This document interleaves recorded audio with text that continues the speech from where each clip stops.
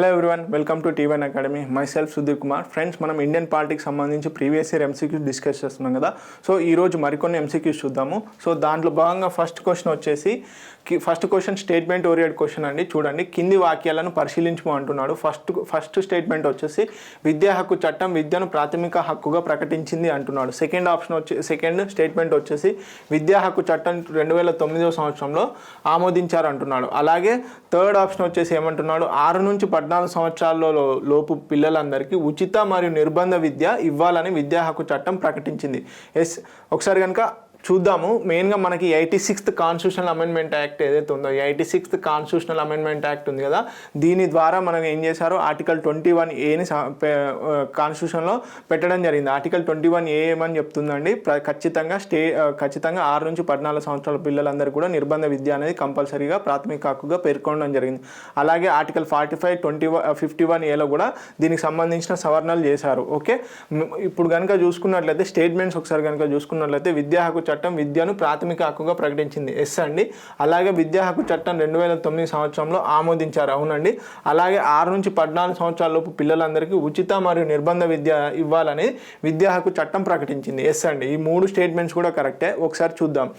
Options కనుక వెళ్తే పై వాక్యాల్లో ఏది సరైనవి అని అడుగుతున్నాడు. ఓకే, ఫస్ట్ ఆప్షన్ వచ్చేసి 1 and 2 అంటున్నాడు. సెకండ్ ఆప్షన్ వచ్చేసి 2 and 3 అంటున్నాడు. థర్డ్ ఆప్షన్ వచ్చేసి 1 and 3 అంటున్నాడు. ఫోర్త్ ఆప్షన్ వచ్చేసి 1, 2 and 3 అంటున్నాడు. ఓకే, అన్ని స్టేట్మెంట్స్ కరెక్ట్ కాబట్టి fourth option is the correct answer. Okay, ఇప్పుడు కనుక యాక్చువల్గా మన రైట్ టు ఎడ్యుకేషన్ ఏదైతే ఉందో దాని గురించి తెలుసుకుంటే ముందు మెయిన్గా తాపస్ ముజుందార్ కమిటీ రికమెండేషన్స్ మేరకి ఆర్టికల్ 21A పొందుపరచడం జరిగింది కాన్స్టిట్యూషన్లో. ఓకే, ఆర్టికల్ 21A ఏమని చెప్తుంది, right to education is a fundamental right of every child for between 6 to 14 years మధ్యలో ఉన్నటువంటి అందరికీ కూడా రైట్ టు ఎడ్యుకేషన్ ఫండమెంటల్ రైట్గా గుర్తించడం జరిగింది, రైట్ టు ఎడ్యుకేషన్. దాంట్లో భాగంగా రైట్ టు ఎడ్యుకేషన్ యాక్ట్ 2009 తీసుకురావడం జరిగింది. ఈ రైట్ టు ఎడ్యుకేషన్ యాక్ట్లో ఏమని చెప్తున్నారు, right to education act AIIMS to provide primary education to all children 6 to 14 years అంటున్నాడు. ఓకే, దీంట్లో భాగంగానే ఏమని చెప్తుంది, ఫండమెంటల్ రైట్ కింద కూడా రికగ్నైజ్ చేశారని చెప్పేసి చెప్తుంది. ఓకే, నెక్స్ట్ క్వశ్చన్ కనుక చూసుకున్నట్లయితే కింది వాటిలో ఏది ప్రభుత్వ సంస్థ కాదు అంటున్నాడు. చాలా జాగ్రత్తగా గుర్తుపెట్టుకోండి, గవర్నమెంట్ ఆర్గనైజేషన్ ఏది కాదు అని అడుగుతున్నాడు. ఫస్ట్ ఆప్షన్ వచ్చేసి రాజకీయ పార్టీలు, సెకండ్ ఆప్షన్ వచ్చేసి న్యాయశాఖ, థర్డ్ ఆప్షన్ వచ్చేసి శాసనసభ, ఫోర్త్ ఆప్షన్ వచ్చేసి కార్యనిర్వహణ శాఖ. ఏది అండి, మెయిన్గా వచ్చేసి అందరికి చూడగానే తెలిసిపోతుంది, రాజకీయ పార్టీలు అనేవి ప్రభుత్వ సంస్థల కిందికి రావు. ఇవి వచ్చేసి సొసైటీస్ కిందికి వస్తాయి. చాలా జాగ్రత్త, సొసైటీస్ కింద రిజిస్టర్ అవుతాయి. Okay, first option is the correct answer. Next question కనుక చూసుకున్నట్లయితే భారత రాజ్యాంగం ప్రకారం అవశిష్ట అధికారాలు ఎవరికి ఉంటాయి. మనకి తెలుసు కదా, 7th షెడ్యూల్లో మనకు ఆల్రెడీ సెంటర్ స్టేట్ రిలేషన్స్లో భాగంగా యూనియన్ లిస్టు, స్టేట్ లిస్టు, అలాగే కాంకరెంట్ లిస్ట్ అని కూడా ఉన్నాయి కదా. సో దీంట్లో భాగంగా ఈ ఇవి మూడిట్లలో లేని పార్ట్స్ అంటే మెయిన్గా స్టేట్ లిస్ట్లో కానీ, సెంట్రల్ లిస్ట్లో కానీ, కాంకరెంట్ లిస్ట్లో కానీ ఉమ్మడి జాబితాలో లేనటువంటి అంశాలను కేవలం మనకు ఒక బయట ఉంచారన్నమాట. సో వాటిని అవశిష్ట అధికారాలు అంటారు. ఆ అవశిష్ట అధికారాలు అనేవి ఎవరికి ఉన్నాయని అడుగుతున్నాడు. ఓకే, ఫస్ట్ ఆప్షన్ వచ్చేసి కేంద్ర న్యాయశాఖ, సెకండ్ ఆప్షన్ వచ్చేసి కేంద్ర కార్యనిర్వాహక శాఖ, థర్డ్ ఆప్షన్ వచ్చేసి రాష్ట్ర శాసనసభ, ఫోర్త్ ఆప్షన్ వచ్చేసి పార్లమెంట్. ఎవరండి, పార్లమెంట్ చేస్తుంది. రెసిడ్యూరీ పవర్స్ ఏవైతే ఉంటాయో వాటికి సంబంధించి అన్నీ కూడా పార్లమెంట్ చేయడం జరుగుతుంది. ఓకే, నెక్స్ట్ క్వశ్చన్ కనుక చూసుకున్నట్లయితే నెక్స్ట్ క్వశ్చన్ ఏమంటున్నాడు, ఎవరి అభివృద్ధి కోసం రాజేంద్ర కుమార్ సచార్ కమిటీ సూచనలు చేసింది అని అడుగుతున్నాడు. ఓకే, ఫస్ట్ ఆప్షన్ వచ్చేసి బౌద్ధులు, సెకండ్ ఆప్షన్ వచ్చేసి ముస్లింలు, థర్డ్ ఆప్షన్ వచ్చేసి క్రిస్టియన్లు, ఫోర్త్ ఆప్షన్ వచ్చేసి సిక్కులు. ఈ రాజేంద్ర కుమార్ చాహార్ కమిటీ వచ్చేసి మెయిన్గా వచ్చేసి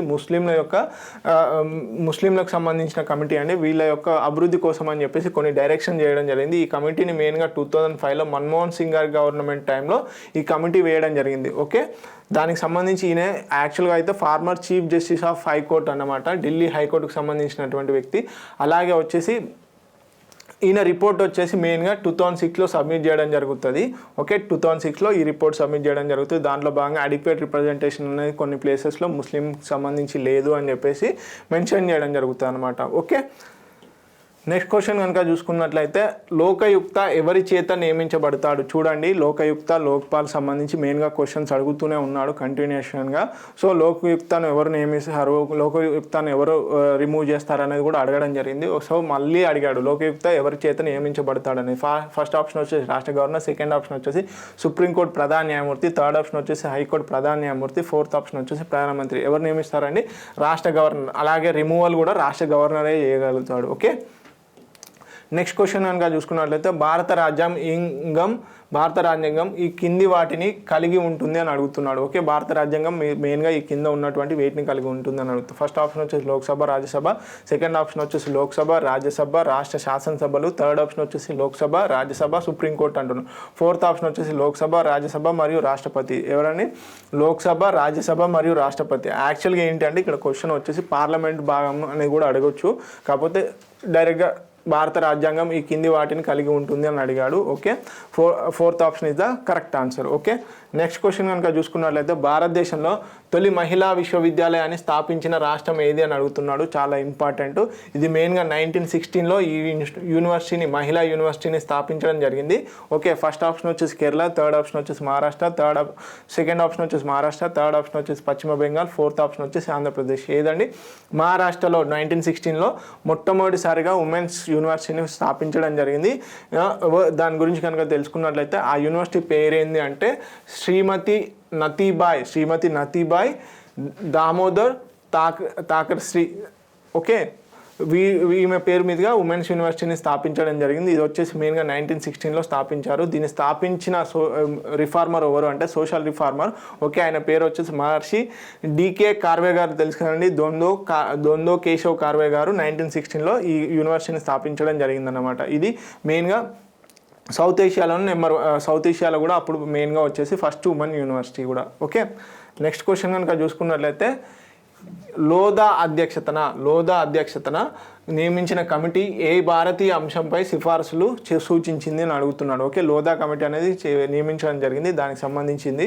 ఓకే, ఫస్ట్ ఆప్షన్ వచ్చేసి క్రికెట్, సెకండ్ ఆప్షన్ వచ్చేసి రక్షణ రంగం, థర్డ్ ఆప్షన్ వచ్చేసి బ్యాంకింగ్, ఫోర్త్ ఆప్షన్ వచ్చేసి సివిల్ సర్వీసెస్. ఏదండి? క్రికెట్లో ఉన్నటువంటి బెట్టింగ్ సంబంధించి కొన్ని కేసెస్ ఫైల్ అయ్యాయి కదా, సో దాంట్లో భాగంగా ఆ కేసెస్ను మెయిన్గా క్రికెట్కు సంబంధించి మొత్తంగా ఎలా చేయాలి ఏంటి అని చెప్పేసి సూచనల కోసమని ఒక కమిటీ నియమించడం జరిగింది. సో అది లోధా కమిటీ అండి. బెట్టింగ్, ఎస్పెషల్లీ బెట్టింగ్ వల్ల ఈ లోధా కమిటీ రావడం జరిగింది. Okay, cricket first option is the correct answer. Next question కనుక చూసుకున్నట్లయితే విదేశీయులు భారత పౌరసత్వం కొరకు దరఖాస్తు చేయుటకు ముందు భారతదేశంలో ఎన్ని సంవత్సరములు నివసించి ఉండవలను? చాలా జాగ్రత్త, కన్ఫ్యూజ్ అయ్యే ఛాన్సెస్ ఉంటాయి. ఓకే, ఎవరైతే విదేశీయులు ఉంటారో వాళ్ళు భారత పౌరసత్వం పొందాలంటే ఎన్ని సంవత్సరాలు మెయిన్గా భారతదేశంలో నివసించి ఉండాలి అంటున్నాడు. ఓకే, ఫస్ట్ ఆప్షన్ వచ్చేసి 3 సంవత్సరాలు, సెకండ్ ఆప్షన్ వచ్చేసి 5 సంవత్సరాలు, థర్డ్ ఆప్షన్ వచ్చేసి 6 సంవత్సరాలు, ఫోర్త్ ఆప్షన్ వచ్చేసి 7 సంవత్సరాలు. ఎన్ని సంవత్సరాలు అండి? 7 సంవత్సరాలు. Fourth option is the correct answer. మెయిన్గా మనకి కాన్స్టిట్యూషన్లో వచ్చేసి విదేశీయులు ఏ విధంగా పౌరసత్వం పొందాలి అని చెప్పేసి మెన్షన్ చేయలేదు, కానీ దానికి సంబంధించిన ఏవైనా చేయాలి అనుకుంటే అది పార్లమెంటుకి అధికారం ఇవ్వడం జరిగింది. దాంట్లో భాగంగా సిటిజన్షిప్ యాక్ట్ 1955ని తీసుకురావడం జరిగింది పార్లమెంటు. సిటిజన్షిప్ యాక్ట్ 1955 ప్రకారం మెయిన్గా వచ్చేసి ఎన్ని పద్ధతుల్లో ఒక విదేశీయుడు పర్సన్ ఆఫ్ ఇండియన్ ఆరిజిన్ కానీ వేరే దేశస్తుడైనా కానీ మన ఇండియన్ సిటిజన్షిప్ పొందాలి అంటే మెయిన్గా వచ్చేసి బై బర్త్ కానీ, డీసెంట్ కానీ, రిజిస్ట్రేషన్ అండ్ న్యాచురలైజేషన్, ఈ 4 పద్ధతుల ద్వారా మన భారతదేశ పౌరసత్వాన్ని పొందవచ్చు అన్నమాట. సో దీంట్లో భాగంగా రిజిస్ట్రేషన్ అనే పద్ధతిలో భాగంగా ఏం చేశారు, ఖచ్చితంగా రిజిస్ట్రేషన్ కావాలి అనుకుంటే పర్సన్ ఆఫ్ ఇండియన్ ఆరిజిన్ ఎవరైతే ఉంటారో ఆ పర్సన్ ఆఫ్ ఇండియన్ ఆరిజిన్ ఎన్ని సంవత్సరాలు, 7 సంవత్సరాల వరకు భారతదేశంలో ఖచ్చితంగా నివసించే ఉండాలి, ఇది అప్లికేషన్ చేసేదానికంటే ముందే. ఓకే, ఇవన్నీ చాలా ఇంపార్టెంట్. ఎవరెవరు ఎప్పుడెప్పుడు సిటిజన్షిప్ పొందాలి అని చెప్పేసి క్లియర్గా ఇవ్వడం జరిగింది. సో ప్లీజ్ సెల్ఫ్ ఎక్స్ప్లెనేటరీ అండి, ఇవన్నీ ఏ డేట్ నుంచి ఏ డేట్ వరకు ఎవరెవరు వస్తారనేది క్లియర్గా ఉంది. ఓకే, బై బర్త్ ద్వారా ఎవరెవరు ఆటోమేటిక్గా ఇండియన్ సిటిజన్షిప్స్ అవుతారు. మెయిన్గా ఏంటి, ఆన్ అండ్ బిఫోర్ ఎవరైతే ఉంటారో January 26, 1950 నుంచి 1987 July 1 వరకు ఎవరైతే ఉంటారో మధ్యలో జన్మించిన వాళ్ళందరూ కూడా ఆటోమేటిక్గా ఇర్రెస్పెక్టివ్ ఆఫ్ దర్ పేరెంట్స్ యొక్క సిటిజన్షిప్ పరిగణలోకి తీసుకోకుండా వాళ్ళు ఆటోమేటిక్గా ఇండియన్ సిటిజన్ అవుతారు. అలాగే వచ్చేసి 1st 7, 1987 నుంచి అలాగే 2004 December 2 మధ్యలో జన్మించినటువంటి వాళ్ళలో ఎవరో ఒకరు కంపల్సరీగా ఇండియన్ సిటిజన్షిప్ అయి ఉండాలి వాళ్ళ పేరెంట్స్ అనేది. Parents is a citizen of the country at the time. Okay, ఎవరో ఒకరు ఇద్దరు పేరెంట్స్లో ఐదర్ మదర్ కానీ ఐదర్ ఫాదర్ కానీ కంపల్సరీగా ఎవరో ఒకరు కంపల్సరీగా ఇండియన్ సిటిజన్ అయి ఉండాలన్నమాట. ఇంకో కండిషన్ ఏమంటున్నాడు, ఎవరైతే 2004 తర్వాత జన్మిస్తారో ఇండియాలో జన్మించిన వ్యక్తి ఒకవేళ ఇండియన్ సిటిజన్షిప్ పొందాలి అనుకుంటే వాళ్ళ పేరెంట్స్లో ఎవరో ఒకరు అట్లీస్ట్ వన్ కంపల్సరీగా ఇండియన్ సిటిజన్ అయి ఉండాలి. ప్లస్ అలాగే పేరెంట్స్లో ఇప్పుడు ఒకవేళ భర్త కనుక ఇండియన్ సిటిజన్ అయి భార్య విదేశీయురాలైతే ఆమె ఏంటి ఇల్లీగల్ మైగ్రెంట్ అయి ఉండకూడదు. ఓకే, ఇల్లీగల్ మైగ్రెంట్ అయి ఉండకూడదు అనమాట. ఒకవేళ భార్య ఇండియన్ సిటిజన్ అయి భర్త విదేశీయుడు అయినప్పుడు భర్త ఏమవ్వాలి, నాట్ ఇల్లీగల్ మైగ్రెంట్ అంటే ఇల్లీగల్గా ఇండియాలో రిసైడ్ అవ్వకూడదు అనమాట. బై న్యాచురలైజేషన్లో కూడా చాలా కండిషన్స్ ఉంటాయి. ఓకే, ఇవన్నీ సెల్ఫ్ ఎక్స్ప్లెనేటరీ, చాలా జాగ్రత్తగా పాస్ చేసి చదవండి. ఓకే, నెక్స్ట్ క్వశ్చన్ కనుక చూసుకున్నట్లయితే ఆర్థిక మరియు సామాజిక ప్రణాళిక అధికారాలు ఏ జాబితాలో పొందుపరిచారు అని అడుగుతున్నాడు. ఓకే, ఫస్ట్ ఆప్షన్ వచ్చేసి కేంద్ర జాబితా, సెకండ్ ఆప్షన్ వచ్చేసి రాష్ట్ర జాబితా, థర్డ్ ఆప్షన్ వచ్చేసి ఉమ్మడి జాబితా, ఫోర్త్ ఆప్షన్ వచ్చేసి అవశిష్ట అధికారాలు. చూడండి ఫ్రెండ్స్, చాలా మట్టికి మనకి సెంటర్ స్టేట్ రిలేషన్స్లో భాగంగా ఏ లిస్ట్లో ఏ అంశాలు ఉన్నాయనేది చాలా ఇంపార్టెంట్. ఇంతకుముందు విద్య, వాటర్, అలాగే పోలీస్ అనేది దేని కిందికి వస్తాయనేది కూడా చెప్పుకోవడం జరిగింది. సో ఇప్పుడు ఏమంటున్నాడు, ఆర్థిక మరియు ఎకనామికల్ అండ్ సోషల్ సంబంధించినటువంటి ప్రణాళిక అధికారాలు ఏ జాబితాలో పొందుపరిచారని అడుగుతున్నాడు. ఏ జాబితా అండి, ఉమ్మడి జాబితాలో ఉండడం జరిగింది. Okay, third option is the correct answer. Okay, next question కనుక చూసుకున్నట్లయితే జాతీయ అత్యవసర పరిస్థితి విధించిన కాలంలో, నేషనల్ ఎమర్జెన్సీ విధించిన కాలంలో రాజ్యాంగంలో ఏ ఆర్టికల్ను సస్పెండ్ చేయడానికి వీలు లేదు అని అడుగుతున్నాడు. ఫస్ట్ ఆప్షన్ వచ్చేసి ఆర్టికల్ 32, సెకండ్ ఆప్షన్ వచ్చేసి ఆర్టికల్ 21, థర్డ్ ఆప్షన్ వచ్చేసి ఆర్టికల్ 19, ఫోర్త్ ఆప్షన్ వచ్చేసి ఆర్టికల్ 15. ఫ్రెండ్స్, నేషనల్ ఎమర్జెన్సీ విధించినప్పుడు చాలా ఇంపార్టెంట్ ఇది. నేషనల్ ఎమర్జెన్సీ విధించినప్పుడు కొన్ని ఆర్టికల్స్, ప్రాథమిక హక్కులకు సంబంధించిన ఆర్టికల్స్ అనేవి ఆటోమేటిక్గా రద్దు అవుతాయి. వాటికి సంబంధించి ఆర్టికల్ 358 అలాగే ఆర్టికల్ 359లో ఉన్నటువంటి నేషనల్ ఎమర్జెన్సీ చాప్టర్లో క్లియర్గా మెన్షన్ చేయడం జరిగింది. ఆర్టికల్ 358 ఏదైతే ఉంటుందో ఆర్టికల్ 358 ప్రకారము మెయిన్గా వచ్చేసి ఆర్టికల్ 19 అనేది ఆటోమేటిక్గా అంటే ప్రెసిడెంట్ కంపల్సరీగా నోటిఫై చేయాల్సిన అవసరం లేదు. ఈ ఆర్టికల్ని సస్పెండ్ చేయండి అని చెప్పేసి. నేషనల్ ఎమర్జెన్సీ విధించిన మరుక్షణమే ఎంబటిగా ఆర్టికల్ 358 ప్రకారం ఏమవుతుంది, ఆర్టికల్ 19 అనేది కంపల్సరీగా సస్పెండ్ అవ్వడం జరుగుతుంది అన్నమాట. సో ఆర్టికల్ 359 ప్రకారం ఏమని పేర్కొంటారు, ఆర్టికల్ 359లో ప్రెసిడెంట్ నోటిఫై చేసినటువంటి ఏవైతే ప్రాథమిక హక్కులు ఉంటాయో, ఫండమెంటల్ రైట్స్ ఉంటాయో అవి సస్పెన్షన్ ఆర్డర్ ద్వారా సస్పెండ్ అవుతాయని చెప్పేసి చెప్పడం జరుగుతుంది. ఇది ఇక్కడి వరకు ఉన్నటువంటి కథ.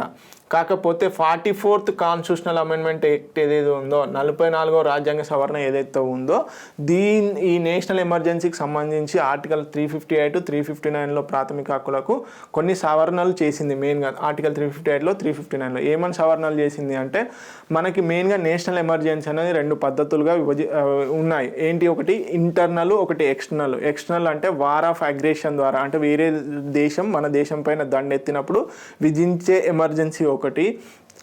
సెకండ్ ఎమర్జెన్సీ వచ్చేసి ఆర్మ్డ్ రెబలియన్ అంటారు. యాక్చువల్గా ఇంటర్నల్ ఎమర్జెన్సీని ఆర్మ్డ్ రెబలియన్ అని 44th కాన్స్టిట్యూషనల్ అమెండ్మెంట్లో పొందుపరచడం జరిగింది. ఈ ఆర్మ్డ్ రెబలియన్ ద్వారా కూడా అంటే ఇంటర్నల్ డిస్టర్బెన్సెస్ వల్ల కూడా ఎమర్జెన్సీ విధించే ఛాన్సెస్ ఉంటాయి. కాబట్టి ఈ రెండు ఎమర్జెన్సీస్కు సంబంధించి 44th కాన్స్టిట్యూషన్లో ఏమని చెప్పారు అంటే, ఒకవేళ కనుక ఎక్స్టర్నల్ అంటే ఎక్స్టర్నల్ అంటే ఏది యుద్ధ వాతావరణం వల్ల కనుక దేశంలో ఎమర్జెన్సీ విధించినట్లయితే ఆర్టికల్ 358 ప్రకారం ఏమవుతుంది, ఆర్టికల్ 19 అనేది ఆటోమేటిక్గా సస్పెండ్ అవుతుంది అన్నమాట. ఓకే, రద్దు చేయడం జరుగుతుంది. ఓకే, కానీ ఇంటర్నల్ ఆర్మ్డ్ రెబలియన్ ద్వారా జరిగిన ఎమర్జెన్సీ కనుక విధించినట్లయితే ఆర్టికల్ 19 అనేది రద్దు అవ్వదు అని చెప్పేసి క్లియర్గా చెప్పడం జరిగింది. ఇది 44th కాన్స్టిట్యూషనల్ అమెండ్మెంట్ యాక్ట్ ద్వారా. అలాగే మళ్ళీ ఏం చెప్తున్నారు, ఆర్టికల్ 359 ప్రకారం ఏమవుతుంది, ఆర్టికల్ 359 ప్రకారము ప్రెసిడెన్షియల్ ఆర్డర్ ద్వారా, ప్రెసిడెన్షియల్ నోటిఫికేషన్ ద్వారా కొన్ని ప్రాథమిక హక్కులను సస్పెండ్ చేసే అధికారం ఉంటుంది అని చెప్పేసి చెప్పడం జరిగింది కదా. ఏవైతే గుర్తిస్తాడో అవి మాత్రమే సస్పెండ్ అవుతాయి. సో దీంట్లో భాగంగా ఏం చేసింది, ఆర్టికల్ 359లో 44th కాన్స్టిట్యూషనల్ అమెండ్మెంట్ యాక్ట్ ద్వారా ఖచ్చితంగా ఎట్టి పరిస్థితుల్లో ఆర్టికల్ 2021ని సస్పెండ్ చేయరాదు అని చెప్పేసి పేర్కొనడం జరిగింది. ఓకే, ఎట్టి పరిస్థితుల్లో సస్పెండ్ చేయరాదు అని చెప్పేసి చెప్పడం జరిగింది. సో దీంట్లో భాగంగా ఏ ఆర్టికల్ను సస్పెండ్ చేయడానికి వీలు లేదు అంటే అంటే second option is the correct answer, article 21. Okay, right to life. Next question కనుక చూడండి. నెక్స్ట్ క్వశ్చన్ వచ్చేసి ఏమంటున్నాడు, స్టేట్మెంట్స్ ఓరియంటెడ్ క్వశ్చన్స్. ఏ స్టేట్మెంట్ వచ్చేసి ప్రతిరోజు పార్లమెంటు మొదటి గంట సమయం ప్రశ్నోత్తరముల కొరకు కేటాయించబడింది. సెకండ్ బి స్టేట్మెంట్ వచ్చేసి పార్లమెంటరీ సంప్రదాయాల్లో భారతదేశ విలక్షణ ఆవిష్కరణ శూన్య గంట ఏదైతే ఉంటుందో 0 అవర్, అది మెయిన్గా భారతదేశ విలక్షణ అదే ఆవిష్కరణ అంటున్నాడు. అంటే ఏ కాన్స్టిట్యూషన్లో కూడా ఏ పార్లమెంట్లో కూడా ఈ 0 అవర్ ప్రొసీజర్ అనేది లేదు. ఓకే, డి అంటే సి స్టేట్మెంట్ కనుక చూసుకున్నట్లయితే కార్యనిర్వాహక చర్యలపై న్యాయ నియంత్రణ సహజ న్యాయం నుండి వచ్చినది అని అంటున్నాడు. ఓకే, సహజ న్యాయం నుండి వచ్చినది అంటున్నాడు. సో ఈ ఆప్షన్స్ను ఏమంటున్నాడు, సరైన సమాధానాన్ని చెప్పమంటున్నాడు. ఓకే, ఈ స్టేట్మెంట్స్ కరెక్టా కాదా చూద్దాం. ఫస్ట్ వచ్చేసి ప్రతిరోజు పార్లమెంటు మొదటి గంట సమయం వచ్చేసి ప్రశ్నోత్తరముల కోసం కేటాయించబడింది, క్వశ్చన్ అవర్ అంటారు. ఓకే, ఇది కరెక్ట్ అండి. ఏదైతే ఫస్ట్ అవర్ ఉంటుందో దాన్ని క్వశ్చన్ అవర్ కింద ఉంటుంది. అలాగే నెక్స్ట్ వచ్చేసి నెక్స్ట్ స్టేట్మెంట్ ఏంటి, పార్లమెంటు సాంప్రదాయాలలో ఓకే భారతదేశ విలక్షణ ఆవిష్కరణ ఏంటి శూన్య గంట అంటున్నాడు, 0 అవర్ అంటున్నాడు. ఇది ఎక్కడ కూడా ఏ పార్లమెంటరీ ఏరియాలో కూడా లేదు. సో ఇది కూడా ఇండియన్ ఇంట్రడక్షన్ అనమాట. ఓకే, ఇండియాలో మాత్రమే ఇది ఉంది కాబట్టి సో 0 అవర్ ఆటోమేటిక్గా ఓకే అవుతుంది. సో బి స్టేట్మెంట్ కూడా కరెక్టే. తర్వాత కార్యనిర్వాహక చర్యలపై న్యాయ నియంత్రణ సహజ న్యాయం నుండి వచ్చినది. ఎస్ అండి, సహజ న్యాయం అంటే న్యాచురల్ జస్టిస్, అంటే కార్యనిర్వహణ పైన ఉన్నటువంటి ఏదైనా డిస్ప్యూట్ ఉందనుకోండి, దానికి సంబంధించి జడ్జిమెంట్ వస్తే అది కేవలం అంటే ఏ చట్టంలో కూడా పేర్కొనబడలేదు, దానిపైన వచ్చే జడ్జిమెంట్ గురించి ఏ చట్టం కూడా ఆధారం చేసుకొని చేయదు, అది ఓన్లీ న్యాచురల్ జస్టిస్ పైన ఉంటుంది. సో సి స్టేట్మెంట్ కూడా కరెక్ట్. సో దీన్ని బట్టి 3 స్టేట్మెంట్స్ కరెక్ట్ కాబట్టి చూద్దాం ఆప్షన్స్లో. ఫస్ట్ ఆప్షన్లో ఏమంటున్నాడు, ఏ మరియు బి మాత్రమే కరెక్ట్, సి తప్పు అంటున్నాడు. సెకండ్ స్టేట్మెంట్లో ఏ బి సి అన్నీ నిజం అంటున్నాడు, అంటే అన్నీ ఓకే అంటున్నాడు. థర్డ్ ఆప్షన్ వచ్చేసి ఏ బి సిలు అన్నీ తప్పు అంటున్నాడు. అలాగే ఫోర్త్ ఆప్షన్లో ఏ మరియు సి తప్పు, బి నిజం అంటున్నాడు. ఏదండి, అన్ని స్టేట్మెంట్స్ కూడా కరెక్టే కాబట్టి second option is the correct answer. Okay, second option is the correct answer. Next question కనుక చూసుకున్నట్లయితే నెక్స్ట్ క్వశ్చన్ ఏంటి, భారత సుప్రీంకోర్టు న్యాయ సమీక్ష అధికారాన్ని కలిగి ఉంది. న్యాయ సమీక్ష అనగా హైకోర్టుల తీర్పును సమీక్షించడము న్యాయ సమీక్ష అధికారం, అంటే జ్యుడిషియల్ రివ్యూ ఉంది కదా అండి, ఆ జ్యుడిషియల్ రివ్యూ అనేది సుప్రీంకోర్టుకు ఉంది. సో ఆ జ్యుడిషియల్ రివ్యూ అంటే ఏంటి అని అడుగుతున్నాడు. ఓకే, ఫస్ట్ ఏ స్టేట్మెంట్లో ఏమిచ్చాడు, రాష్ట్ర హైకోర్టుల తీర్పును సమీక్షించడము, బి వచ్చేసి మంత్రిమండలి విధులను సమీక్షించడము, సి వచ్చేసి భారత రాష్ట్రపతికి సలహా ఇవ్వడము, ఫోర్త్ ఆప్షన్ డి వచ్చేసి ఏమంటున్నాడు, శాసనశాఖ ఆమోదించిన చట్టాలు కార్యనిర్వహణ శాఖ ఆదేశాలు రాజ్యాంగ భద్రతను నిర్ణయించుట. ఓకే, సో సరైన సమాధానం ఏది అంటున్నాడు, స్టేట్మెంట్స్ ఇచ్చాడు. సో స్టేట్మెంట్స్ ప్రకారం ఏది కరెక్ట్ అని చూడాలి. ఓకే, ఫస్ట్ ఏ స్టేట్మెంట్ ఏమంటున్నాడు, రాష్ట్ర హైకోర్టుల తీర్పులను సమీక్షించడం అనేది జ్యుడిషియల్ రివ్యూ కిందికి రాదండి. ఇది వచ్చేసి రిట్స్, అంటే మెయిన్గా ఒకవేళ హైకోర్టు కనుక తప్పు చేస్తుందంటే ఏది సెర్షరియో లేకపోతే మనకి ప్రొహిబిషన్ లాంటి రిట్స్ జారీ చేసే అధికారం ఉంటుంది తప్ప ఇది మెయిన్గా రిట్స్కి సంబంధించిన అధికారం, కానీ జ్యుడిషియల్ రివ్యూ కిందికి రాదు. అలాగే మంత్రిమండలి విధులను సమీక్షించడం మెయిన్గా స్టేట్ అనేది ఎగ్జిక్యూటరీ ఏది జ్యుడిషియరీ ఎగ్జిక్యూటరీ సపరేషన్ అనేది తెలుసు కాబట్టి మంత్రిమండలి విధులను సమీక్షించడానికి రాదు. ఇది న్యాచురల్ జస్టిస్ కిందికి వస్తుంది. ఓకే, న్యాచురల్ జస్టిస్ కిందికి వస్తుంది. అలాగే భారత రాష్ట్రపతికి సలహా ఇవ్వడం, భారత రాష్ట్రపతికి సలహా ఇచ్చేది అడ్వైజరీ జ్యూరిడిక్షన్ కిందికి వస్తుంది కానీ జ్యుడిషియల్ రివ్యూ కిందికి రాదు. అలాగే శాసనశాఖ ఆమోదించిన చట్టాలు కార్యనిర్వాహక శాఖ ఆదేశాలు రాజ్యాంగ భద్రతను నిర్ణయించడం. ఎస్ అండి, జ్యుడిషియల్ రివ్యూ అనేది ఎక్కడ కూడా మెన్షన్ చేయకపోయినప్పటికీ కాన్స్టిట్యూషన్ ఆర్టికల్ 13లో ఏమంటది, ప్రాథమిక హక్కులకు కనుక భంగం కలిగించినట్లయితే ఆ చట్టాలు అనేటివి పనికిరావు. ఒకవేళ అర్థమవుతుందిగా. సో దాన్ని బట్టి ఏది సుప్రీంకోర్టుకి జ్యుడిషియల్ రివ్యూ చేసే ఛాన్సెస్ ఉంటాయన్నమాట. Okay, so D option is the only correct, D statement ఒక్కటే కరెక్ట్. సో ఆప్షన్స్లో మనకు ఆల్రెడీ ఏమిచ్చాడు, థర్డ్ ఆప్షన్లో డి మాత్రమే అంటున్నాడు. So 3 option is the correct answer. Okay, judicial రివ్యూకి అడ్వైజరీ జ్యూరిడిక్షన్కి judicial review jurisdiction, advisory jurisdiction, natural justice jurisdiction plus అలాగే రిట్స్ జ్యూరిడిక్షన్ అనేది కంపల్సరీగా అవసరము. ఒకసారి చూసుకోండి. నెక్స్ట్ క్వశ్చన్ కనుక చూసుకున్నట్లయితే మ్యాచ్ ద ఫాలోయింగ్ ఇచ్చాడు. సో ఒక పక్కన కేసెస్ ఇచ్చాడు, ఆ కేసెస్కు దేనికి సంబంధించిందని అడుగుతున్నాడు. సరైన సమాధానాన్ని అంటే కరెక్ట్గా ఏది మ్యాచ్ అయిందో చూడాలన్నమాట. ఈ పక్కన ఏమంటున్నాడు, ఏడిఎం జబల్పూర్ వాద్యము దేనికి సంబంధించింది అంటున్నాడు, అత్యవసర పరిస్థితి విధించిన సమయంలో పౌరుల హక్కుల గురించి సంబంధించిన కేసు అంటున్నాడు. అలాగే విశాఖ వాద్యం ఏదైతే ఉందో ఆ విశాఖ వాద్యము కేంద్ర రాష్ట్ర సంబంధాల గురించి సంబంధించింది అంటున్నాడు. అలాగే ఇందిరా సహాని వాద్యం ఏదైతే ఉందో అది పని ప్రదేశాల్లో మహిళలకు హక్కులకు సంబంధించిన కేసు అంటున్నాడు. అలాగే డి వచ్చేసి కర్తార్ సింగ్ వాద్యము అది దేనికి సంబంధించింది, మైనార్టీల హక్కుల గురించి అంటున్నాడు. సో సరైన సమాధానం ఏదైతే కరెక్ట్గా మ్యాచ్ అయి ఉందో చూడాలి. సో మెయిన్గా వచ్చేసి మనకు తెలుసు విశాఖ వాద్యం వచ్చేసి ఏంటి, మహిళలకు పని ప్రదేశంలో మహిళలకు సంబంధించి విశాఖ గైడ్లైన్స్ అనేది సుప్రీంకోర్టు జారీ చేయడం జరిగింది. ఓకే, ఇది కరెక్ట్గా మ్యాచ్ అవ్వలేదు, యాక్చువల్గా బి ఇక్కడ మ్యాచ్ అవుతుంది. అలాగే కర్తార్ సింగ్ వాద్యం ఏదైతే ఉందో ఇది కేంద్ర రాష్ట్ర సంబంధాలకు సంబంధించింది. ఓకే, మెయిన్గా ఇందిరా సహాని వచ్చేసి మైనార్టీస్ అలాగే రిజర్వేషన్స్ సంబంధించిన కేసు కాబట్టి సో ఇది ఆటోమేటిక్గా ఇటు వస్తుంది. సో ఈ మూడు కూడా ప్రాపర్గా మ్యాచ్ అవ్వలేదు. ప్లస్ జబల్పూర్ వాద్యం ఏదైతే ఉందో అత్యవసర పరిస్థితిలో విధించిన సమయంలో పౌర హక్కులకు ఎలాంటి భంగం కలిగించకుండా ఉండేందుకని చెప్పేసి దీంట్లో జడ్జిమెంట్స్ వస్తాయి. సో ఇది ఒక్కటి మాత్రమే కరెక్ట్గా మ్యాచ్ అయి ఉంది. సో సరైన సమాధానం ఫస్ట్ ఆప్షన్ వచ్చేసి ఏ, సెకండ్ ఆప్షన్ వచ్చేసి బి, థర్డ్ ఆప్షన్ వచ్చేసి సి, ఫోర్త్ ఆప్షన్ వచ్చేసి డి. ఏ ఆప్షన్ అండి, first option is the correct answer. Okay, ఎందుకు అది ఒక్కటే కరెక్ట్గా మ్యాచ్ అయి ఉంది. ఓకే, నెక్స్ట్ క్వశ్చన్ కనుక చూసుకున్నట్లయితే క్రింది ప్రవచనంను పరిశీలించము అంటున్నాడు. ఓకే, కింది స్టేట్మెంట్స్ని చూడండి. ఓకే, కింది స్టేట్మెంట్స్ ఫస్ట్ ఏ స్టేట్మెంట్ ఏమంటున్నాడు, మొదటి జాతీయ షెడ్యూల్ కులాలు మరియు షెడ్యూల్ తెగల కమిషన్ 1992లో సంవత్సరంలో ఏర్పాటు చేయబడింది అంటున్నాడు. బి స్టేట్మెంట్ ఏమంటున్నాడు, 65వ రాజ్యాంగ సవరణ ద్వారా మొదటి జాతీయ షెడ్యూల్ కులాల మరియు షెడ్యూల్ తెగల కమిషన్ ఏర్పాటు చేయబడింది అంటున్నాడు. తర్వాత సి వచ్చేసి షెడ్యూల్ కులాలు మరియు షెడ్యూల్ తెగల కమిషన్ మొదటి చైర్మన్ సిహెచ్ హనుమంతప్ప అంటున్నాడు. ఓకే, పైన ఇచ్చిన ప్రవచనంలో ఏది సరైనది అంటే పైన ఇచ్చినటువంటి స్టేట్మెంట్స్లలో ఏవి కరెక్ట్ అని అంటున్నాడు. ఫస్ట్ ఆప్షన్ వచ్చేసి ఏ మరియు బి అంటున్నాడు, సెకండ్ ఆప్షన్ వచ్చేసి బి మరియు సి అంటున్నాడు, థర్డ్ ఆప్షన్ వచ్చేసి ఈ మరియు సి అంటున్నాడు. ఓకే, ఏ మరియు సి అంటున్నాడు. ఓకే, ఫోర్త్ ఆప్షన్ వచ్చేసి ఏ, బి మరియు సి మూడు స్టేట్మెంట్స్ కరెక్ట్ అంటున్నాడు. ఒకసారి కనుక చూసుకున్నట్లయితే మెయిన్గా వచ్చేసి మొదటి జాతీయ షెడ్యూల్ కులాలు ఎస్సీ ఎస్టీ కమిషన్ ఏదైతే ఉందో నేషనల్ ఎస్సీ ఎస్టీ కమిషన్ వచ్చేసి 1992లోనే ఏర్పాటు చేయడం జరిగింది. చాలా జాగ్రత్త. 65వ రాజ్యాంగ సవరణ ద్వారా మొదటి జాతీయ షెడ్యూల్ కమిషన్ అంటే first national SC ST commission అనేది ఏర్పాటు చేయడం జరిగింది 60 రాజ్యాంగ సవరణ ద్వారా. ఓకే, హనుమంతప్ప గారు కాదండి. ఓకే, థర్డ్ స్టేట్మెంట్ అనేది wrong. So A and B మాత్రమే కరెక్ట్ కాబట్టి first option is the correct answer. Okay, ఒకసారి కనుక గమనించినట్లయితే మెయిన్గా కాన్స్టిట్యూషనల్ స్టేటస్ అనేది ఎప్పుడూ ఉంది. సో మెయిన్గా వచ్చేసి అప్ టు ది అంటే 1990 వరకు ఈ 65th కాన్స్టిట్యూషనల్ అమెండ్మెంట్ యాక్ట్ ఏదైతే చేయకముందు వరకు కూడా ఏంటి స్పెషల్ ఆఫీసర్ అండర్ ఆర్టికల్ 338 ప్రకారం మెయిన్గా స్పెషల్ ఆఫీసర్ని నియమించే అధికారం మాత్రమే ఉండేది అప్ టు ఏది constitutional amendment 65th constitutional amendment చేయనంత వరకు 1990 వరకు. కానీ 65th కాన్స్టిట్యూషనల్ అమెండ్మెంట్ యాక్ట్లో ఏం చేస్తారు, ఒక పర్మనెంట్ కమిషన్ బాడీ ఉండాలని ఏం చేస్తారు ఆర్టికల్ 338లో మెయిన్గా అమెండ్మెంట్ చేస్తారు. చేసి ఏం చేస్తారు, నేషనల్ కమిషన్ ఫర్ ఎస్సీ ఎస్టీని ఏర్పాటు చేయడం జరుగుతుంది 1990లో.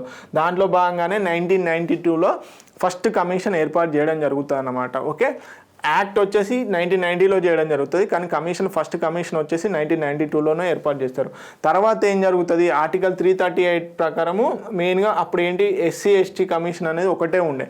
కానీ మళ్ళీ రీసెంట్గా ఏం చేస్తారు 89th కాన్స్టిట్యూషనల్ అమెండ్మెంట్ 89వ రాజ్యాంగ సవరణ ఏదైతే ఉందో 2003లో చేసినటువంటి ఈ రాజ్యాంగ సవరణ ద్వారా ఆర్టికల్ 338 ఏని ఏర్పాటు చేస్తారు. దీంట్లో భాగంగా ఆర్టికల్ 338 ఓన్లీ ఎస్సీ కమిషన్కు మాత్రమే వర్తించేలాగా, ఆర్టికల్ 338లో ఎస్టీ కమిషన్ మాత్రమే ఏర్పాటు చేసేలాగా సవరణలు చేయడం జరిగింది. రీసెంట్గా 102 కాన్స్టిట్యూషనల్ అమెండ్మెంట్ యాక్ట్ ద్వారా ఆర్టికల్ 338B ప్రకారం బ్యాక్వర్డ్ క్లాసెస్ కమిషన్ను ఏర్పాటు చేయడం జరుగుతుంది. ఓకే, ఇది ప్రాసెస్. నెక్స్ట్ క్వశ్చన్ కనుక చూసుకున్నట్లయితే క్రింది ప్రవచనంలో పరిశీలించమంటున్నాడు. ఓకే, స్టేట్మెంట్ ఓరియంటెడ్ క్వశ్చన్స్ చాలా జాగ్రత్తగా. మనకి ఇక్కడ ఏంటి అంటే ఒక్కొక్కసారి రాంగ్ స్టేట్మెంట్స్ అడిగింది అనుకోండి, మనకు కరెక్ట్ స్టేట్మెంట్స్ ద్వారా ఆన్సర్ అనేది ఎలిమినేట్ చేయాలి.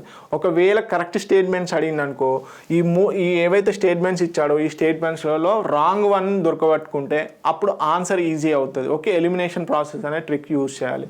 సో ఇప్పుడు కనుక చూసుకున్నట్లయితే ఏ స్టేట్మెంట్లో ఏమంటున్నాడు, కింది ప్రవచనంలో పరిశీలించమంటున్నాడు. ఫస్ట్ స్టేట్మెంట్ వచ్చేసి ఆ రాష్ట్రంలో తీవ్రమైన పరిస్థితులు ఉన్నాయని రాష్ట్ర హైకోర్టు నిర్ధారించవలను. బి స్టేట్మెంట్ ఏమంటున్నాడు, రాష్ట్రంలో శాంతి భద్రతలు అదుపులో లేవని గవర్నర్ నిర్ధారించవలను. సి స్టేట్మెంట్ ఏమంటున్నాడు, ఆ రాష్ట్రంలో అసెంబ్లీ ఎన్నికలు నిర్వహించడం కష్టమని ఎన్నికల సంఘం నిర్ధారించవలను అంటున్నాడు. డి స్టేట్మెంట్ వచ్చేసి స్వతంత్ర పరిశోధన ద్వారా తెలుసుకొని రాష్ట్రంలో తీవ్ర పరిస్థితులు కొనసాగుతున్నాయని రాష్ట్రపతి సంతృప్తి చెందవలను. పై ప్రవచనంలో ఏది నిజము ఏవి నిజము అని అడుగుతున్నాడు. ఓకే, ఫస్ట్ ఆప్షన్ వచ్చేసి ఏ, సెకండ్ ఆప్షన్ వచ్చేసి B and C, third option వచ్చేసి సి మాత్రమే అంటున్నాడు, ఫోర్త్ ఆప్షన్ వచ్చేసి ఏ అండ్ డి అంటున్నాడు. ఓకే, ఇక్కడ చూడండి ఏ అండ్ డి అంటున్నాడు. సో ఒకసారి చాలా జాగ్రత్తగా గమనించండి ఏమంటున్నాడు ప్రవచనంలో. మెయిన్గా ఇది వచ్చేసి ఆర్టికల్ 356 ఏదైతే ఉందో ఆర్టికల్ 356 ప్రకారం ప్రెసిడెన్షియల్ రూల్ ఇంపోజ్ చేయాలంటే ఏ కండిషన్స్ ఉండాలనేది మనకు తెలుసు. ఆర్టికల్ 356 ప్రకారం, అలాగే ఆర్టికల్ 365. సో మెయిన్గా ఈ రెండు సందర్భాల్లో మనకి ఆర్టికల్ 356ను బేస్ చేసుకొని ప్రెసిడెన్షియల్ రూల్ అనేది స్టేట్స్లలో ఇంపోజ్ చేయడం జరుగుతుంది. ఓకే, సో ఇప్పుడు ఏంటి మనకి ఫస్ట్ ఆప్షన్ చూడండి, ఆ రాష్ట్రంలో తీవ్రమైన పరిస్థితులు ఉన్నాయని రాష్ట్ర హైకోర్టు నిర్ధారించేవాళ్ళను. లేదండి, ఇలాంటి కండిషన్ ఏమీ లేదు. అలాగే రాష్ట్రంలో శాంతి భద్రతలు అదుపులో లేవని గవర్నర్ నిర్ధారించాలి అని అంటున్నాడు. ఓకే, ఇలాంటిది కూడా మెయిన్గా శాంతి భద్రతలు అనేం మెన్షన్ చేయలేదు. సో ఇది కూడా రాంగ్. ఓకే, ఆ రాష్ట్రంలో అసెంబ్లీ ఎన్నికలు నిర్వహించడం కష్టమని ఎన్నికల సంఘం నిర్ధారించవలను అంటున్నాడు. ఓకే, అలాగే స్వతంత్ర పరిశోధన ద్వారా తెలుసుకొని రాష్ట్రంలో తీవ్ర పరిస్థితులు కొనసాగుతున్నాయని రాష్ట్రపతి సంతృప్తి చెందవాలను అంటున్నాడు. Okay, C and D. Okay, C and డిని కనుక గమనించినట్లయితే ఇక్కడ ఏంటి మెయిన్గా మనకి రెండు కండిషన్స్ ఉంటాయి. సో దాన్ని బట్టి కూడా ప్రెసిడెన్షియల్ ఆర్డర్ అనేది ఉంటుంది. ఓకే, మనకి 356 ప్రకారం ఒకవేళ రాష్ట్ర గవర్నర్ రిపోర్ట్ చేసినట్టు ఇది ఒకసారి కనుక చూసుకున్నట్లయితే ఏమంటున్నాడు, స్టేట్ గవర్నర్ కనుక కన్వీన్డ్ ఆర్ సాటిస్ఫైడ్, ప్రెసిడెంట్ మెయిన్గా ఏం చేస్తున్నాడు, ప్రెసిడెంట్ గవర్నర్ రిపోర్ట్ అనేది తీసుకుంటాడు. అంటే స్టేట్లో ప్రాపర్గా అన్కాన్స్టిట్యూషనల్గా రాజ్యాంగానికి విరుద్ధంగా మనకి ఆ పాలన జరుగుతుందని చెప్పేసి ఒకవేళ గవర్నర్ రిపోర్ట్ వచ్చినా కానీ, లేకపోతే మెయిన్గా వచ్చేసి ఇంకేం కండిషన్ ఉంటుంది, ఒకవేళ ఇది రాష్ట్రపతి తనంతట తానే సెల్ఫ్ సాటిస్ఫాక్షన్ అయ్యి వేరే రిపోర్ట్ ద్వారా ఖచ్చితంగా అంటే రాజ్యాంగబద్ధంగా పాలన అనేది జరగట్లేదు స్టేట్లో అని నిర్ధారించుకున్నాడు అనుకోండి, కంపల్సరీగా దాన్ని ఏం చేస్తాడు, రాష్ట్రపతి పాలన విధించే అధికారం ఉంటుంది. అలాగే ఆర్టికల్ 365 ప్రకారం ఏమని చెప్తున్నాడు, ప్రెసిడెంట్ ఏమంటున్నాడు, మెయిన్గా వచ్చేసి ఒకవేళ స్టేట్లో కనుక మెయిన్గా సెంట్రల్ గైడ్లైన్స్ ప్రకారము పాలన అనేది జరగలేదు అనుకోండి, ఆర్టికల్ 365 ప్రకారం కూడా ప్రెసిడెన్షియల్ రూల్ చేయాలి అని చెప్పేసి అంటున్నాడు. సో దీన్ని బట్టి ఏ ప్రవచనాలు, స్వతంత్ర పరిశోధన ద్వారా తెలుసుకొని రాష్ట్రంలో తీవ్ర పరిస్థితులు కొనసాగుతున్నాయి, రాష్ట్రపతి సంతృప్తి చెందవలను. ఇది మెయిన్గా ఆర్టికల్ 356 సంబంధించింది. సో ఓన్లీ డి మాత్రమే కరెక్ట్. సో ఆప్షన్స్లలో ఏది కూడా లేదు. సో దీన్ని డి అనుకుందాం. Okay, D option is the correct answer. కానీ ఇక్కడ ఏంటి, మనం అందరం ఇక్కడ కన్ఫ్యూజ్ అవుతాం. ఆ రాష్ట్రంలో అసెంబ్లీ ఎన్నికలు నిర్వహించడం కష్టమని ఎన్నికల సంఘం నిర్ధారించవలను. ఫ్రెండ్స్, ఇదేంటి అంటే మెయిన్గా వచ్చేసి మనకి యాక్చువల్గా ప్రెసిడెన్షియల్ రూల్ వచ్చేసి 3 years, మ్యాక్సిమం పీరియడ్ వచ్చేసి 3 years. ఒకవేళ యాక్చువల్ ఏంటి, ప్రెసిడెన్షియల్ రూల్ ఇంపోజ్ చేసినాక ఎవ్రీ 6 monthsకి ఒకసారి ఖచ్చితంగా పార్లమెంట్ అనేది అప్రూవ్ చేయాలి. అయితే అలా చేసినప్పుడే 3 years వరకు ఎక్స్టెన్షన్ అనేది ఉంటుంది. ఎవ్రీ 6 monthsకి ఒకసారి ఖచ్చితంగా అప్రూవల్ అనేది చేయాలి పార్లమెంటు. సో ఆ ఆమోదించే క్రమంలో 1 year కంటే, అంటే ఇప్పుడు 6 + 6 months అయింది కదా, ఈ 6 months అయిపోయాక 1 year అయిపోయాక మళ్ళీ కనుక ఎక్స్టెండ్ చేయాలి అనుకున్నప్పుడు ఏమవుతుంది అంటే ఖచ్చితంగా 2 కండిషన్స్ అనేవి సాటిస్ఫైడ్ అవ్వాలి అని చెప్పేసి 44th కాన్స్టిట్యూషనల్ అమెండ్మెంట్ యాక్ట్ ద్వారా యాడ్ చేయడం జరిగింది. ఏమంటది ఆ 44th కాన్స్టిట్యూషనల్ అమెండ్మెంట్ యాక్ట్, మెయిన్గా వచ్చేసి ఒకవేళ 1 year కంటే ఎక్కువగా ప్రొలాంగ్ అవ్వాలి ప్రెసిడెన్షియల్ రూలు, పాలన అనేది కంపల్సరీ కొనసాగించాలి అని అనుకున్నట్లయితే మెయిన్గా 2 కండిషన్స్ సాటిస్ఫై చేయాలి అంటది. దాంట్లో మొదటిగా వచ్చేసి ఒకవేళ నేషనల్ ఎమర్జెన్సీ కనుక ఉన్నట్లయితే అని చెప్పేసి. ఓకే, నేషనల్ ఎమర్జెన్సీ కనుక ఉన్నట్లయితే మనం 1 year కంటే ఎక్కువగా పీరియాడికల్ రివ్యూ ప్రకారంగా ఏది ప్రెసిడెన్షియల్ రూల్ని ఇంపోజ్ చేయొచ్చు అని అంటది. లేదు, మెయిన్గా ఇంకో సెకండ్ కండిషన్ ఏమంటుంది, సెకండ్ కండిషన్ వచ్చేసి ఖచ్చితంగా ఆ స్టేట్ ఎలక్షన్లో అక్కడ ఉన్నటువంటి పరిస్థితులను బట్టి ఎన్నికల సంఘం కనుక అక్కడ ఎన్నికలు నిర్వహించలేము అని చెప్పేసి కనుక సర్టిఫై చేసిందనుకో అప్పుడు ఎక్స్టెండ్ చేయొచ్చు అనమాట. కాకపోతే ఇక్కడ ఉన్నటువంటి స్టేట్మెంట్స్ అన్నీ కూడా మెయిన్గా యాక్చువల్గా ప్రెసిడెన్షియల్ రూల్ ఎందుకు ఇంపోజ్ చేయాలి అనే స్టేట్మెంట్స్ అన్నమాట. సో దాంట్లో భాగంగా ఈ 3 స్టేట్మెంట్స్ కూడా రాంగ్ అవుతాయి, ఓన్లీ డి మాత్రమే కరెక్ట్ అవుతుంది. ఇక్కడ ఏమనుకుంటారు, శాంతి భద్రతలు అదుపులో లేవని గవర్నర్ నిర్ధారించవాలని అంటారు. కానీ కాదండి, గవర్నర్ శాంతి భద్రతలకు సంబంధించి కాదు, అన్కాన్స్టిట్యూషనల్గా రాజ్యాంగానికి విరుద్ధంగా కనుక పాలన జరిగిందని తెలుసుకొని రిపోర్టు ప్రెసిడెంట్ సమర్పిస్తే ప్రెసిడెంట్ ఇంపోజ్ చేసే ఛాన్సెస్ ఉంటాయి, కానీ శాంతి భద్రతలకు సంబంధించింది కాదు. ఓకే, ఇది ఇంపార్టెంట్. సో ఎన్ని ఇయర్స్ ఏంది అని చెప్పేసి క్లియర్గా ఎక్స్ప్లెయిన్ చేయడం జరిగింది. ఓకే, మెయిన్గా election commission of India certify చేస్తేనే 1 ఇయర్, బియాండ్ 1 ఇయర్ కంటే ఎక్కువగా ప్రెసిడెన్షియల్ రూల్ అనేది ఇంపోజ్ చేసేందుకు ఛాన్సెస్ ఉంటాయి ఒక రాష్ట్రంలో. నెక్స్ట్ క్వశ్చన్ కనుక చూసుకున్నట్లయితే మళ్ళీ అగైన్ ప్రవచనాల గురించి, అంటే స్టేట్మెంట్స్ ఓరియంటెడ్ క్వశ్చనే. ఒక రాజకీయ పార్టీకి చెందిన శాసనసభ్యుడు కింది పరిస్థితుల్లో తన శాసన సభ్యత్వాన్ని అనర్హుడు అవుతాడు. ఓకే, యాంటీ డిఫెక్షన్ లాకు సంబంధించినటువంటి క్వశ్చన్. ఒకవేళ ఒక వ్యక్తి ఒక పార్టీ నుంచి ఇంకో పార్టీకి షిఫ్ట్ అవుతున్న తరుణంలో తను ఏ సందర్భాలలో తన యొక్క పదవికి, ఎమ్మెల్యే పదవి కానీ, ఎంపీ పదవి కానీ, ఎమ్మెల్సీ పదవి కానీ అనర్హుడిగా గురవుతాడు అని చెప్పేసి ఇచ్చినటువంటి స్టేట్మెంట్స్. ఓకే, ఒకసారి స్టేట్మెంట్స్ చూద్దాము. తన పార్టీ నుండి బహిష్కరణకు గురైనప్పుడు, సెకండ్ బిఏ స్టేట్మెంట్ వచ్చేసి తన పార్టీని స్వచ్ఛందంగా వదిలినప్పుడు, సి స్టేట్మెంట్ వచ్చేసి తన పార్టీ జారీ చేసిన విప్పుకు వ్యతిరేకంగా శాసనసభలో ఓటు వేసినప్పుడు లేదా గైర్హాజరైనప్పుడు. సో పై ప్రవచనంలో ఏది నిజం అంటే మెయిన్గా పైన ఈ 3 స్టేట్మెంట్స్లలో ఏ స్టేట్మెంట్స్ ప్రకారము తన పదవిని, అంటే ఎమ్మెల్యే పదవిని కానీ, ఎంపీ పదవిని కానీ, ఎమ్మెల్సీ పదవిని కానీ కోల్పోతాడు అని చెప్పేసి యాంటీ డిఫెక్షన్ లా ప్రకారం. ఓకే, మెయిన్గా వచ్చేసి యాంటీ డిఫెక్షన్ లా ప్రకారం కనుక చూసుకున్నట్లయితే బిఫోర్ గోయింగ్ టు ఆన్సర్ మనం ఈ కాన్సెప్ట్ని ఒకసారి క్లియర్ చేసుకుందాము.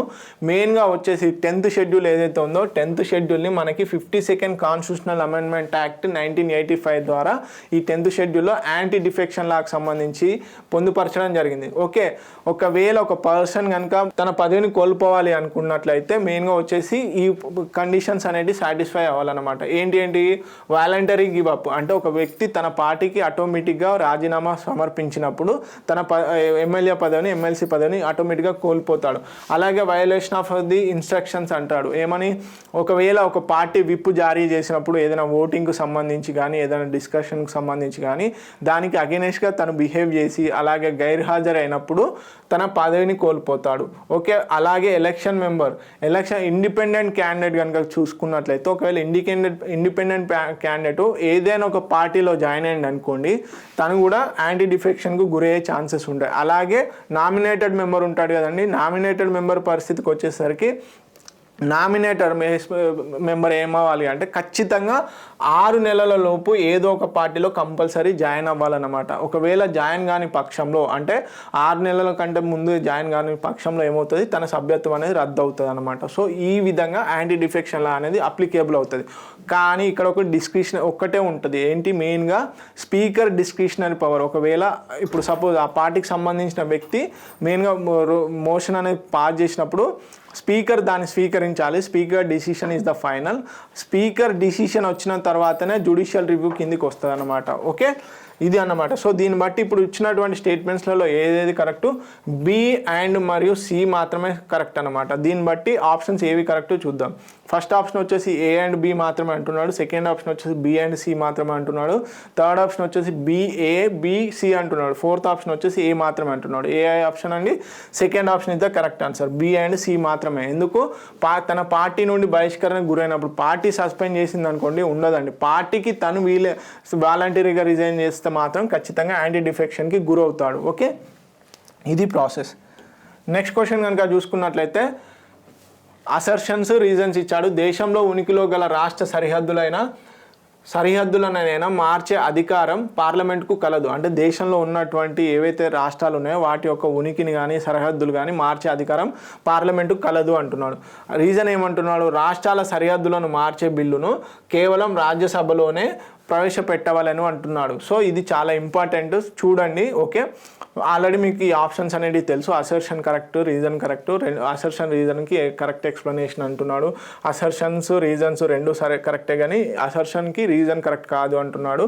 సో నెక్స్ట్ వచ్చేసి ఓన్లీ అసర్షన్ మాత్రమే కరెక్ట్, రీజన్ తప్పు అంటున్నాడు. ఫోర్త్ ఆప్షన్ వచ్చేసి అసర్షన్ తప్పు, రీజన్ మాత్రమే కరెక్ట్ అంటున్నాడు. సో దీంట్లో భాగంగా ఏంటి, మనకు ఆర్టికల్ 2 కాన్స్టిట్యూషన్లో 2వ ఆర్టికల్ 2 ఏదైతే ఉందో ఆర్టికల్ 2 వచ్చేసి మెయిన్గా వచ్చేసి వచ్చేసి ఏమని చెప్తుంది, కొత్తగా రాష్ట్రాలు అంటే దేశంలో ఇంతకుముందు లేని రాష్ట్రాలకు సంబంధించినటువంటి సవరణలు చేసేది అంటే మెయిన్గా ఇంక్లూడ్ చేసుకోవడం కానీ కొత్తగా రాష్ట్రాలను ఏర్పాటు చేయడం కానీ ఆర్టికల్ 2 ప్రకారం.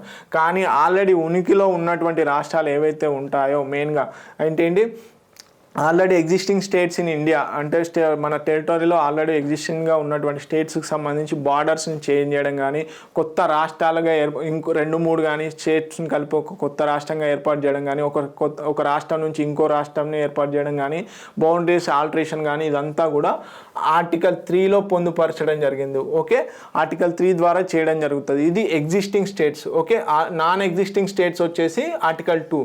సో దీంట్లో భాగంగా ఏదైతే స్టేట్ రీఆర్గనైజేషన్ యాక్ట్స్ ఉందో అది పార్లమెంటుకు మాత్రమే కలదన్నమాట. సో అసర్షన్ కరెక్టే. రాష్ట్ర సరిహద్దులను మార్చే బిల్లును కేవలం రాజ్యసభలో మాత్రమే ప్రవేశపెట్టవలను.